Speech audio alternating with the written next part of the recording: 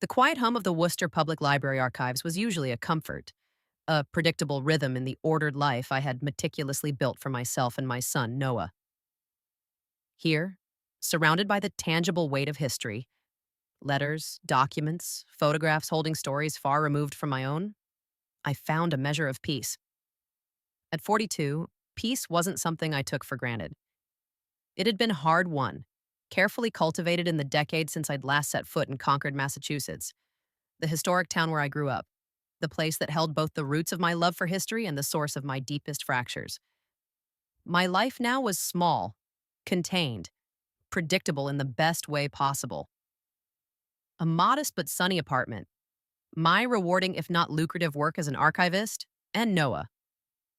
Noah, my bright, perceptive 10-year-old, the anchor and the absolute center of my universe. We had our routines: school runs, homework sessions at the kitchen table, weekend trips to used bookstores, quiet evenings reading side by side. It was a life built on safety, stability, and the careful management of the past, which is why the thick, cream-colored envelope nestled amongst the usual bills and Library Association mailers felt like an intrusion, a ghost rapping unexpectedly at the door. The return address was Concord, a law firm I didn't recognize, but the elegant, slightly slanted handwriting addressing it to Ms. Eleanor Vance was instantly familiar, though unseen for 10 long years. My father's hand. Professor Arthur Vance, esteemed historian, revered academic, emotional iceberg. My own hands, usually steady from handling delicate manuscripts, trembled slightly as I picked it up. What could he possibly want after a decade of absolute silence? Had something happened to my siblings? Victoria, the perpetually polished PR executive? Or Daniel, the finance whiz? Or was it my mother, Margaret, extending some sort of brittle olive branch? I almost didn't open it. Part of me wanted to shred it, toss it away unopened, preserve the fragile piece I'd fought so hard to create. But the archivist in me, the part that believed in facing history, however painful, wouldn't let me. I slid my letter opener under the flap, my breath held tight in my chest. It wasn't a letter. It was a formal announcement, engraved on heavy stock. The family of Professor Arthur Vance cordially invites you to attend a memorial service, followed by the date, time, and the address of the historic chapel near the Old North Bridge in Concord. My father was dead. I sank onto the worn armchair in my living room, the announcement resting limply in my lap. Dead. The word felt strangely flat, devoid of the sharp grief or complex anger I might have expected. Just a dull thud in the quiet space where paternal affection should have been. 10 years. 10 years since I had fled Concord, not just from the town, but from him, from them all.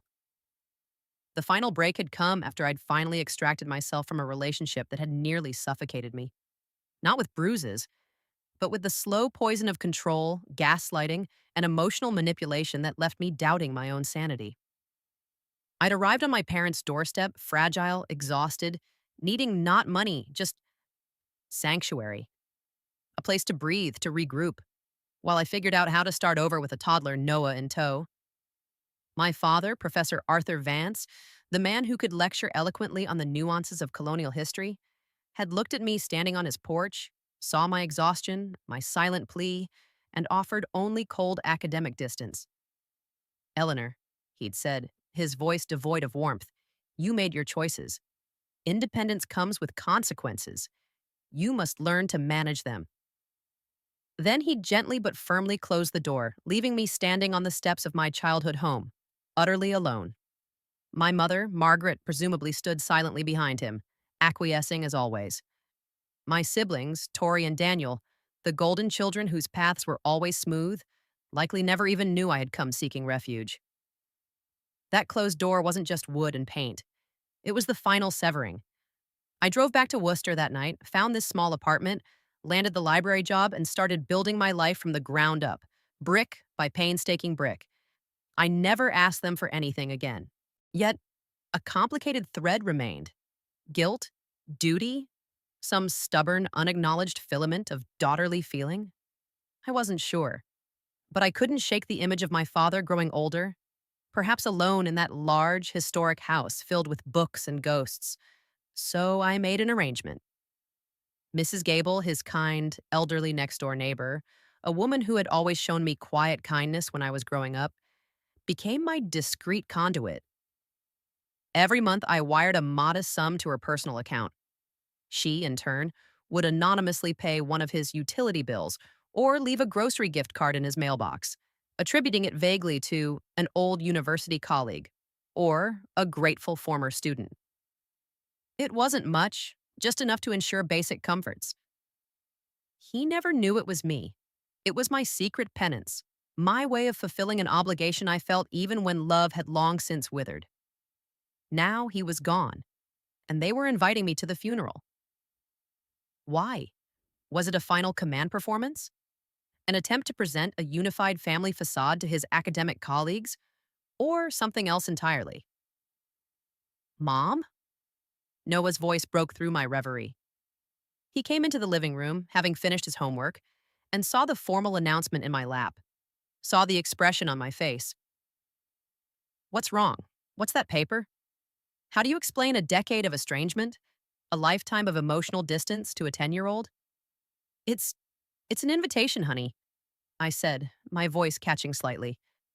To a funeral for for your grandpa Arthur, my dad.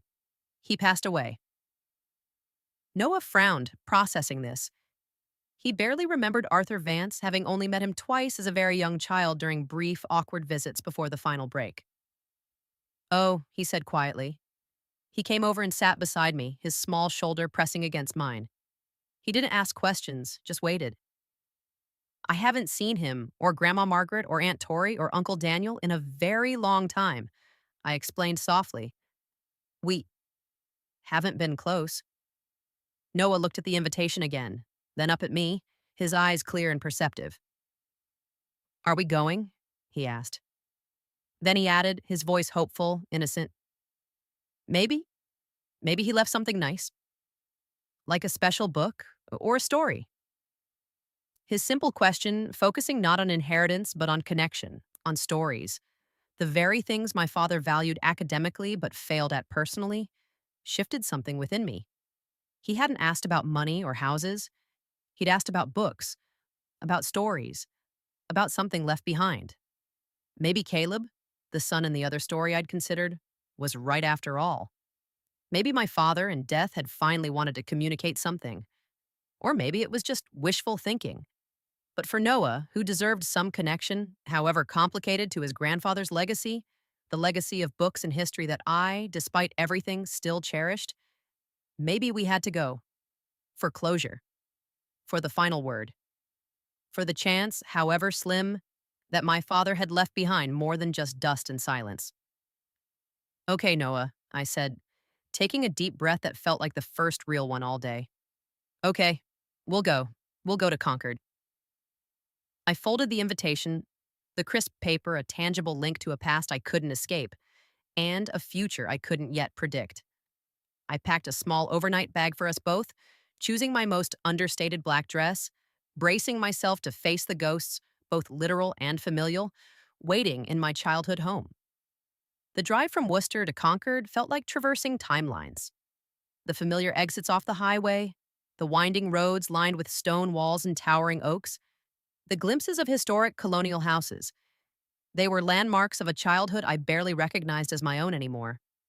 I pointed out Walden Pond to Noah as we passed, mentioned Thoreau, trying to bridge the 10-year gap with neutral historical facts, the kind my father, Professor Arthur Vance, would have approved of. Noah listened politely, absorbing it all with his usual quiet intensity, but his hand rested lightly on my arm, a small anchor in the choppy waters of my apprehension. The chapel, nestled near the historic center of Concord, looked smaller, somehow less imposing than it lived in my memory. Gray stone, elegant spire, muted stained glass filtering the overcast New England sky. It should have felt peaceful, sacred even. Instead, as I pulled into the crowded parking lot, a wave of profound reluctance washed over me. What were we doing here? Taking Noah's hand, I smoothed down my simple black dress, took a deep breath, and pushed open the heavy oak doors. The scent hit me first, lilies, old wood polish, and the cloying sweetness of expensive perfume mingling unpleasantly. Heads turned instantly. The low murmur of pre-service conversation died down, replaced by whispers that seemed to follow us like static electricity as we walked down the side aisle. I saw faces I vaguely recognized, former neighbors, cousins I hadn't seen since childhood, colleagues of my father from the university, their expressions ranging from polite curiosity to outright surprise, even disapproval. It felt less like entering a house of worship and more like stepping onto a stage under harsh, judgmental lights. Then I saw them, standing near the front beside the closed casket. My mother, Margaret Vance, looking smaller, more brittle than I remembered, her face a mask of stoic grief. Flanking her were my siblings, Victoria, Tori, impeccably dressed in tailored black, her blonde hair perfectly coiffed, acknowledging condolences with the practiced grace of a PR executive managing a difficult client. And Daniel, sharp suit, sharper gaze, already looking impatient. Every inch the successful finance guy who likely viewed funerals as an inconvenient interruption to market fluctuations. Tori's eyes found mine first. A flicker of something, surprise, annoyance, crossed her features before settling into a cool, dismissive mask. Daniel barely glanced my way, offering a curt, almost imperceptible nod, before turning back to speak to one of my father's former department heads. My mother simply stared straight ahead, pretending not to see me at all. No wave, no welcoming smile. Just the familiar, chilling wall of polite indifference. We found an empty pew at the very back, sinking onto the hardwood. "It's okay, buddy," I whispered to Noah, squeezing his hand. "We're just here to sit quietly." He nodded, leaning his head against my shoulder, his small body tense. The service began. Organ music swelled.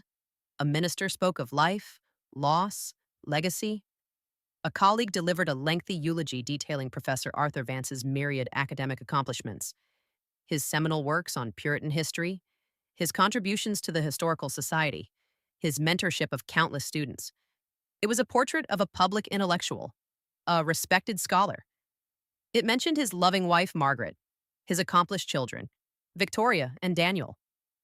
It did not mention his other daughter, Eleanor. My name, my existence, was neatly excised from the official record, just as I had been excised from the family photos that lined the mantelpiece back home. I stared straight ahead, focusing on the intricate patterns in the stained glass, refusing to let the sting behind my eyes turn into actual tears. I had shed enough tears over Arthur Vance years ago. After the service, the slow shuffle towards the exit began. A few distant relatives offered stiff, awkward condolences, their eyes darting away quickly. Most bypassed our pew altogether. As we neared the door, Tori brushed past without a word, leaving a trail of expensive perfume in her wake. Daniel paused beside me, leaning in slightly. "Didn't think you'd actually have the nerve to show up, Ellie," he murmured, his voice low, laced with condescending amusement. I met his gaze, holding it steady.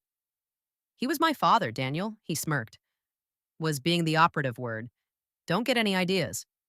This isn't your story anymore." He straightened up and walked away, joining Tori, who was already commanding the attention of a small group outside. My stomach tightened. Not your story anymore, as if it ever had been. The gathering afterwards was at the house, the large, imposing colonial on Lowell Road where I grew up, a house that always felt more like a library than a home. Stepping inside after 10 years was jarring. The scent of old books and lemon oil was the same. The grandfather clock still ticked ponderously in the hall. The framed historical map still adorned the walls. But the air felt different. Colder, heavier, thick with unspoken tensions. Guests milled around, balancing small plates of catered finger foods and glasses of wine. Conversations were muted, polite. Tori and Daniel played the gracious hosts, accepting sympathy, networking subtly with my father's influential colleagues.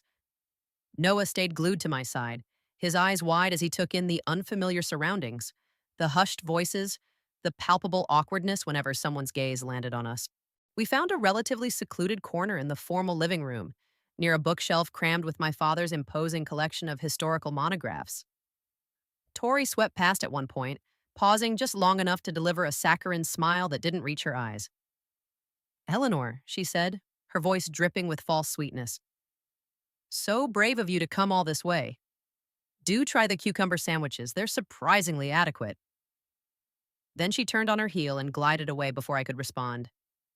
Just as I was contemplating finding a polite excuse to leave, the front door opened again, and Mr. Harrison, the family lawyer, stepped inside. I recognized him from a brief meeting years ago. Tall, silver-haired, with a calm, professional demeanor that seemed impervious to family drama. He carried a standard leather briefcase, but also, tucked under his other arm, a small, polished wooden box. He spoke briefly with my mother, then cleared his throat, commanding the room's attention. If I could have the immediate family gathered in the study for a moment, he requested, his voice cutting cleanly through the low murmur. He looked pointedly at my mother, Tori, Daniel, and then, his gaze settling on me and Noah, Ms. Vance and your son, if you would join us as well. A ripple of curiosity went through the remaining guests. Tori exchanged an annoyed look with Daniel. Reluctantly, we followed Mr. Harrison into my father's imposing, book-lined study, the room that had always been his inner sanctum. Mr. Harrison closed the study door firmly behind us. Thank you, he said, addressing us all. Before we proceed with the formal reading of Professor Vance's last will and testament, there is one preliminary matter. Professor Vance left explicit, written instructions, notarized along with the will itself, that a private video message he recorded be viewed by his immediate family prior to the dissemination of the estate. He gestured towards the small wooden box he'd placed on the mahogany desk. A video? Tori scoffed, incredulous. Honestly, Mr. Harrison, isn't this a bit theatrical? Father wasn't exactly sentimental. Can't we just get to the will? We all roughly know what to expect. Yeah, Daniel agreed, checking his watch pointedly. Some of us have actual jobs to get back to, unlike... He trailed off, but his dismissive glance in my direction finished the sentence. Mr. Harrison remained unruffled. Professor Vance was very specific. He stated calmly, this viewing was his final, documented wish regarding the disposition of his estate. It must be honored. He opened his briefcase, retrieving a small modern projector and a laptop. My mother looked uneasy. Tori folded her arms, radiating impatience. Daniel leaned against a bookshelf, the picture of bored condescension. I stood near the door, Noah's hand suddenly gripping mine tightly again. I didn't know what to expect, what my father could possibly have wanted to say after 10 years of impenetrable silence. But as Mr. Harrison dimmed the light slightly and aimed the projector towards the blank wall above the fireplace, a strange stillness settled over me. Dread warred with a tiny, insistent flicker of something else. Something that felt dangerously like anticipation. The quiet whir of the projector fan filled the room as the screen flickered to life. The projected image flickered on the wall above the study fireplace, settling into focus. There he was, my father, Arthur Vance. He looked older than the last time I'd seen him 10 years ago. Thinner, too. The sharp planes of his face softened by age and perhaps illness. His once formidable posture seemed slumped, his shoulders rounded beneath the familiar tweed jacket he always wore. He sat behind his massive oak desk, the one that had always felt like a barrier between us, the imposing wall of leather-bound history books looming behind him like silent, judgmental witnesses. He looked directly into the camera lens, his eyes, usually so piercingly analytical, now clouded with an emotion I couldn't immediately name. Regret? Resignation? If Ellie is watching this, he began, his voice low, raspy, unfamiliar. He cleared his throat, adjusted his glasses nervously, a gesture I'd never seen him make before. Then I owe you an apology. An apology I was too proud, too stubborn, too damn blind to give you in life. The air in the study grew thick, charged. I could feel Tori stiffen beside me. Daniel shift his weight impatiently. My mother, Margaret, made a small, choked sound. Noah squeezed my hand, his small fingers a grounding presence. I couldn't breathe. I was wrong, Ellie, my father continued, his gaze fixed on the camera but feeling like it was boring straight into me across the years of silence. When you came to me, after him, bruised and frightened, With little Noah in your arms, I should have opened the door. I should have pulled you inside. I should have protected you. His voice cracked slightly. Instead, I judged you. I lectured you about consequences, about independence. I hid behind academic principles because I couldn't face the messiness, the vulnerability, the need you represented. I let my pride, my damned intellectual pride, speak louder than love. A tear escaped, hot and surprising, tracing a path down my cheek. I didn't wipe it away. I told myself I was teaching you resilience. He sighed, shaking his head slowly. But the truth is, I was punishing you for leaving him, for choosing yourself, for not following the tidy narrative I expected. Punishing you, perhaps, for being stronger than I ever was. Behind me, I heard a sharp intake of breath. Tori, probably. Daniel muttered something under his breath. I ignored them. My focus was entirely on the image on the wall, on the words I never thought I'd hear. And then he paused, looking down at his hands, then back up, his eyes glistening now too. Then I found out about the money, about Mrs. Gable. It took me a while piecing it together. The anonymous payments, always arriving just when things were tightest. The handwriting on the occasional note she passed along from a grateful former student. He let out a short, harsh laugh that sounded suspiciously like a sob. Grateful former student. Took me years to finally ask her directly. She tried to protect your secret, Ellie. Loyal to the end. But I knew. I knew it was you. He leaned forward slightly, his voice dropping to a near whisper. You sent money. Every month. For years. Quietly. Asking nothing in return. Giving support to the father who turned his back on you, who pretended you barely existed. You never stopped being my daughter, Ellie, even when I had long since stopped acting like your father. The tears were flowing freely now, silent streams coursing down my face. Noah gently wiped one away with his thumb. I watched you from a distance, Arthur continued, his voice thick with emotion. Through Mrs. Gable's updates, through news from colleagues who mentioned your work at the Worcester Archives, I heard about Noah, how bright he is, how much he loves books, just like you did. He managed a small, watery smile. Mrs. Gable said he looks at the world with patience, with care, just like you. He faltered. And it broke me, Ellie, knowing what I'd thrown away, knowing the kind of woman you'd become, not because of me, but in spite of me. He drew a shaky breath. I don't deserve your forgiveness. I know that. But if I can leave you with anything, let it be this. I was wrong. So profoundly wrong. You did what I should have done long ago. You protected your child. You walked away from pain. You built something good and true on your own terms. His gaze seemed to intensify. And so, I've changed the will. They don't know yet. He glanced down, as if acknowledging the others in the room with us now. But they will. Because all I ever truly wanted was to be proud of my children. And I am proud, Ellie.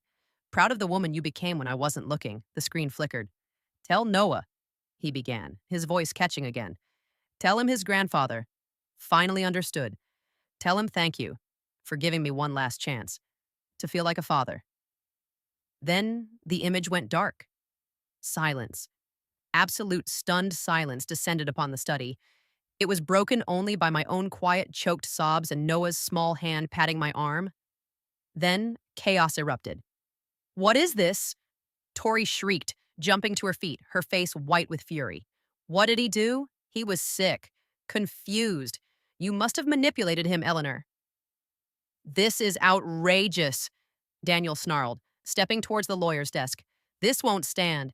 He wasn't of sound mind. Mr. Harrison held up a calming hand, though his eyes remained fixed on the will documents before him. Please, remain seated. The video was context, as requested by Professor Vance. Now, he adjusted his glasses, cleared his throat, and picked up the formal will document. Per Professor Arthur Vance's revised, notarized, and legally binding last will and testament, dated 18 months prior to his passing, I will read the final allocations. Tori and Daniel practically vibrated with impatience and disbelief. My mother sat rigid, her face unreadable. I held Noah's hand, feeling strangely calm amidst the storm, the echoes of my father's words still resonating within me. To my daughter, Victoria Tory Vance, Mr. Harrison read clearly, I leave my collection of first edition Hawthorne novels and my grandfather's antique pocket watch, hoping she remembers the value of history. Tory gasped, incredulous. That's it? To my son, Daniel Vance, Harrison continued, ignoring her outburst, I leave my Parker fountain pen set and my signed copy of Gibbon's Decline and Fall, trusting he understands the lessons within. Daniel looked like he'd been slapped. Photo albums, a pen. This is a joke. Mr. Harrison turned the page, his voice steady. To my grandson, Noah Vance, I bequeath an educational trust fund in the amount of $100,000 to be managed by his mother until he reaches the age of 25. Noah blinked up at me, his eyes wide. I squeezed his hand, a wave of gratitude washing over me for my father's unexpected foresight regarding Noah's future. And finally, Mr. Harrison paused, looking directly at me. To my daughter, Eleanor Ellie. Hayes Vance, I leave the remainder of my estate, including the entirety of the Concord family residence, its contents, including the library and all personal papers, surrounding land, all liquid financial assets currently valued at approximately $250,000, and the full balance of my retirement savings accounts. He wasn't finished. He picked up a small, handwritten note attached to the will. Professor Vance also requested I read this addendum aloud. Let them remember who showed up when it mattered. Let them remember who stayed quiet but never stopped loving. This house, this history, should belong to the one person who never asked for anything and gave anyway. Tori let out a strangled cry. Daniel lunged towards the desk. This is insane. We'll contest this. He was clearly manipulated. She tricked him. Mr. Harrison held up the will, his expression firm. Professor Vance amended this will nearly 2 years ago, gentlemen, ladies. It is witnessed by 2 independent parties, properly notarized, and registered with the county court. He was certified by his physician as being of perfectly sound mind at the time. There is no legal ground for dispute. Tori spun towards me, her face contorted. You did this! You poisoned him against us! Daniel pointed a shaking finger at me. You think you've won? You'll never belong here. I didn't respond. I didn't need to. My father's final words, his testament, had said everything. They stormed out then, Tori sobbing hysterically, Daniel muttering threats, dragging my mother, who looked utterly lost, behind them. The study door slammed shut, leaving Noah, Mr. Harrison, and me in the sudden, profound quiet. Mr. Harrison offered quiet condolences, discussed the next steps, the legal formalities. I nodded, answered his questions automatically, my mind still processing the seismic shift. After he left, Noah and I stood alone in the center of my father's study, surrounded by the weight of books and history. I walked over to the large leather reading chair, tucked in the bay window, the one that had always been exclusively my father's. I ran my hand over the worn armrest. Then I sank into it. It felt right. Noah came over, leaning against the chair's arm, looking up at me. Is this our house now, Mom? Yes, sweetie, I whispered, pulling him close. Yes, it is. I looked around the room at the rows upon rows of books, the framed maps, the faint scent of pipe tobacco and old paper. My father's legacy. Complicated, painful, but also finally, mine.